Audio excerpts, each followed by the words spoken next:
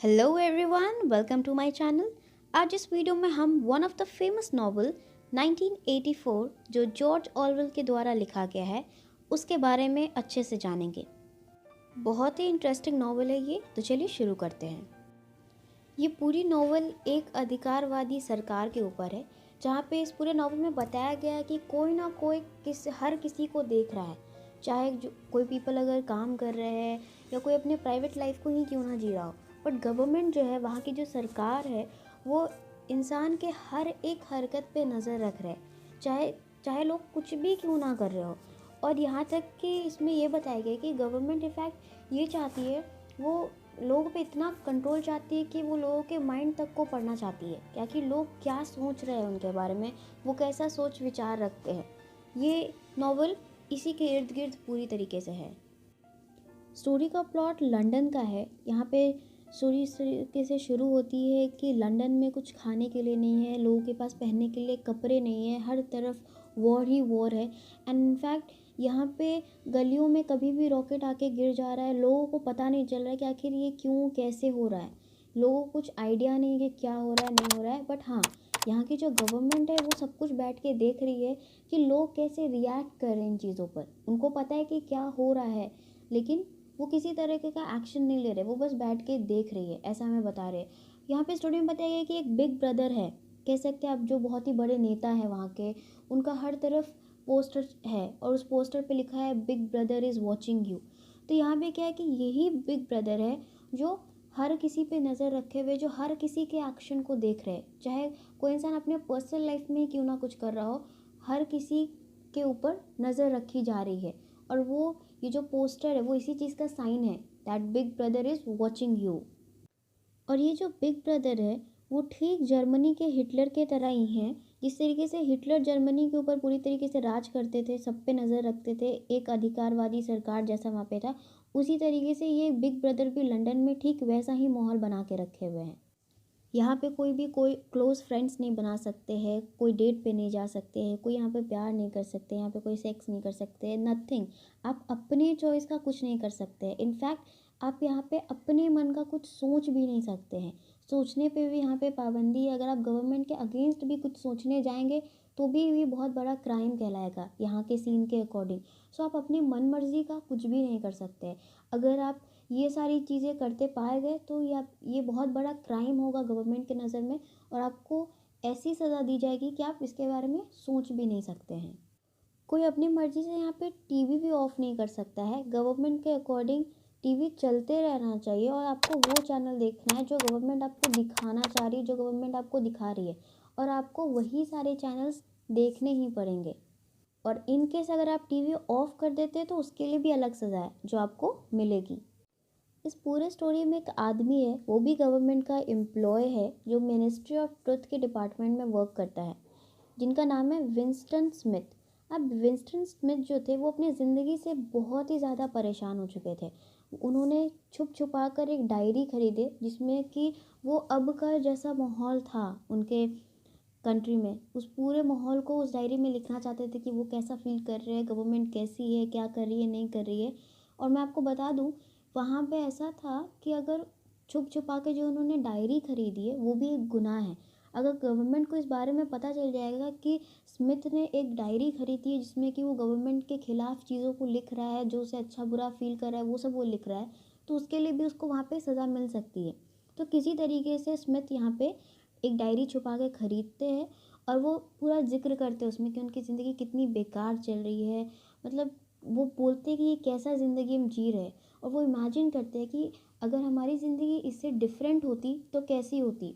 इस तरीके से सोचते सोचते वो डायरी में कुछ कुछ चीज़ें लिखते हैं और वो बोलते हैं ये भी कोई ज़िंदगी है जो वो जी रहे हैं, और वो मन ही मन सोचते हैं इन सारी चीज़ों के बारे में।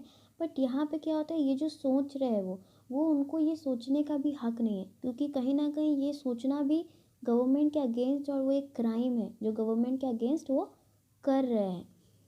कह सकते हैं कि लोग उन्हें देशद्रोही भी इस चीज़ के लिए बुला सकते हैं। अब क्या होता है कि विंस्टन स्मिथ के लाइफ में दो लोग रहते हैं एक्चुअली, जिनको वो जानते हैं। वो उनको लेकर थोड़ा अट्रैक्टेड रहते हैं।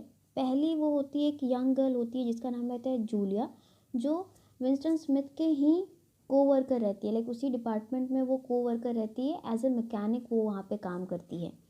और यहाँ पे क्या होता है, वो उसको लेके थोड़ा अट्रैक्टेड रहता है, बट ये बात लाइक वो जूलिया को उतने अच्छे से जानता नहीं है, बस वो डे टू डे लाइफ में उसको बस देख रहा है कि हाँ ये भी एक कोवर्कर है। और कहीं ना कहीं वो उसको जानना भी नहीं चाहता है, क्योंकि उसको पता है कि अगर वो उसको जानने की कोशिश करेगा या उससे दोस्ती भी वो करने की कोशिश करेगा तो यहाँ पे उसके लाइक गवर्नमेंट के अगेंस्ट जाना हुआ और यहाँ पे उसके खिलाफ कार्रवाई हो सकती है। तो इसलिए वो इतना नहीं सोचता है कि हाँ उसके पास वो जाएगा, उसके बारे में वो जानेगा। कहीं ना कहीं वो डरता है इस कारण से, और दूसरे साइड से वो उसको पसंद भी करता है। फिर वो बताता है कि दूसरा पर्सन जो है, जो उसको लगता है, स्मिथ को लगता है कि हाँ ये दूसरा इंसान मुझे समझेगा ज़रूर, जो मैं फील करता हूँ गवर्नमेंट को लेके, जो चीज़ें मैं झेल रहा हूँ, ये सारी चीज़ों के बारे में उसको लगता है कि हाँ मैं जो सोचता हूँ वो जो सोच है वो उस सेकंड पर्सन से भी मिलेगा। और वो सेकंड पर्सन का इंसान नाम रहता है ओब्रियन। ओब्रियन जो रहता है वो थोड़ा मोटा रहता है और वो इनर पार्टी का मेंबर रहता है। जो स्मिथ रहता है वो आउटर पार्टी का मेंबर रहता है, और ये जो ओब्रियन है वो इनर पार्टी का मेंबर रहता है। वो थोड़े हाई पोजीशन पे रहता है स्मिथ के कंपैरिजन में, तो उसका थोड़ा लाइक अच्छा रहन सहन है, वो बहुत ही लग्जरियस लाइफ जीता है वहाँ पे। तो एक दिन क्या हुआ कि जूलिया ने स्मिथ को एक पेपर में लाइक कुछ पेपर में कुछ लिखकर उसने उसको दिया, ठीक है। तो यहाँ पे क्या होता है कि स्मिथ उस पेपर को खोलता है और उसमें लिखा रहता है कि आई लव यू। तो यहाँ पे क्या होता है कि जूलिया स्मिथ को प्रपोज कर देती है, और यहाँ पे कहीं ना कहीं स्मिथ बहुत खुश भी होता है, पर वो सोच में भी पड़ जाता है कि उसे क्या करना चाहिए नहीं करना चाहिए, क्योंकि वहाँ का रूल्स एंड रेगुलेशन ऐसा रहता है कि वो दोनों इस चीज़ को खुल के इजहार भी नहीं कर सकते, इस चीज़ का खुल के इस चीज़ के बारे में बात भी नहीं कर सकते हैं, ऐसा था वहाँ पे। क्योंकि हर तरफ सीसीटीवी कैमरा था, माइक लगे हुए थे, जो कि गवर्नमेंट सबके बात भी सुन सकती है, ऐसा माहौल था। बट स्टिल कहीं किसी ना किसी तरीके से वो मेकआउट करते हैं कि किसी तरीके से वो एक दूसरे से बात कर सके, और वो लोग बात करते हैं।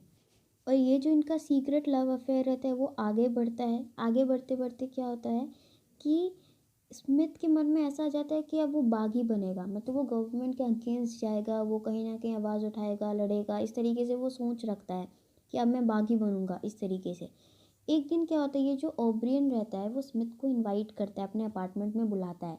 तभी स्मिथ सोचता है कि ये मुझे क्यों मिलने के लिए बुला रहा है अपार्टमेंट में, क्या क्या पता इसकी सोच मेरी सोच से मिलता है, इसी बारे में ये मुझसे बात करना चाहता है। तो स्मिथ क्या करता है, जूलिया के साथ ओब्रियन के अपार्टमेंट में जाता है, वो लोग वहाँ पे बैठते हैं साथ में, और स्मिथ वहीं पे अपने और जूलिया के रिलेशनशिप के बारे में ओब्रियन को बता देता है। फिर वो बताता है कि मैं ऐसा ऐसा सोचता हूँ गवर्नमेंट के बारे में। तो यहाँ पे क्या होता है कि ओब्रियन भी ये बात बोलता है कि हाँ मैं तुम्हारे बात से वाकिफ़ रखता हूँ, मैं भी इस गवर्नमेंट के अगेंस्ट हूँ, मेरा भी सोच तुम्हारी सोच की तरह ही है। उसके बाद फिर क्या होता है कि ओब्रियन एक बुक देता है स्मिथ को, और कहता है कि इस बुक को तुम पढ़ना, तब तुम्हें पता चलेगा कि यहाँ की गवर्नमेंट ऐसी क्यों है और यहाँ पे ऐसा सरकार बना क्यों है।